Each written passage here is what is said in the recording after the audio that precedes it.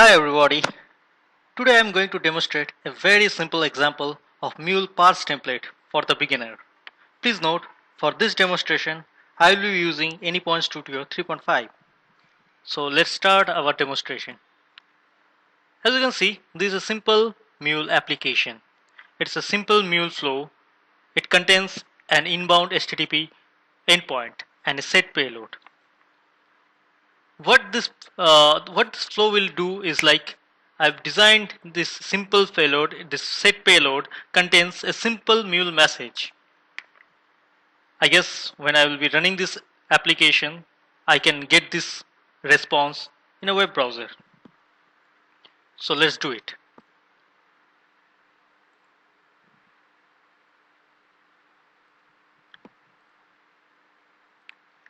As you can see, this application is getting deployed. It's been deployed. Now, if we go in the code, if we go into the code, we'll find I've used two lines of code. Just ignore the commented line for now. Just concentrate in this two lines of code. These two lines of code, the first line is the HTTP inbound endpoint that contains the HTTP URL address. So this address will be putting it in our browser to test the application, and the same this message, this mule message, we're expecting to get it on the browser. So let's do it.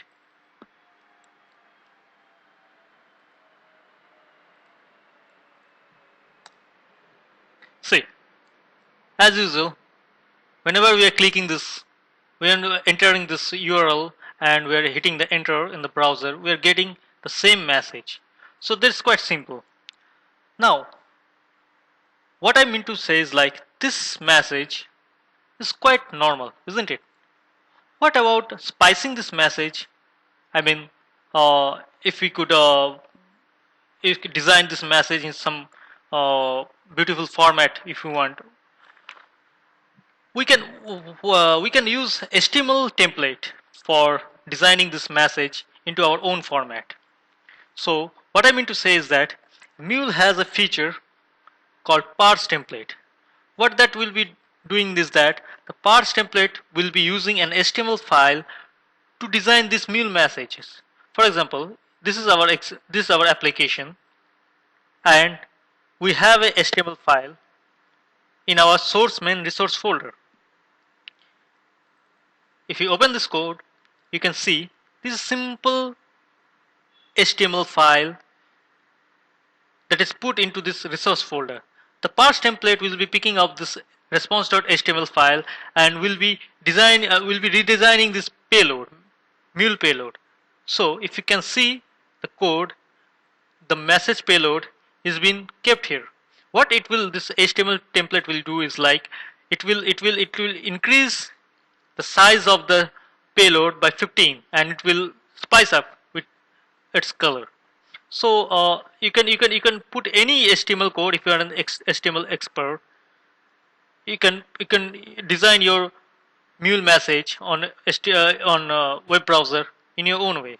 So I just demonstrate this simple response.html just only to display what a parse template can do. So this parse template, how can we use it?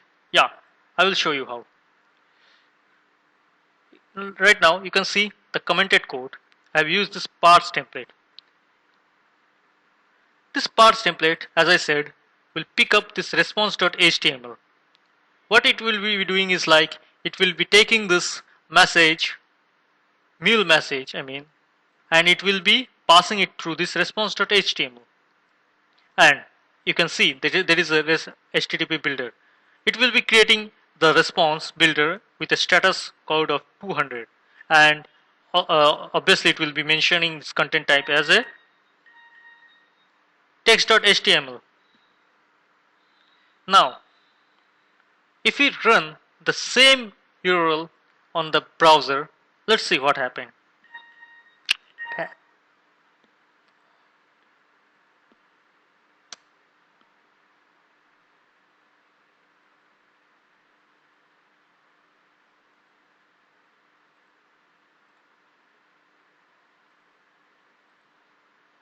I redeploy this application again.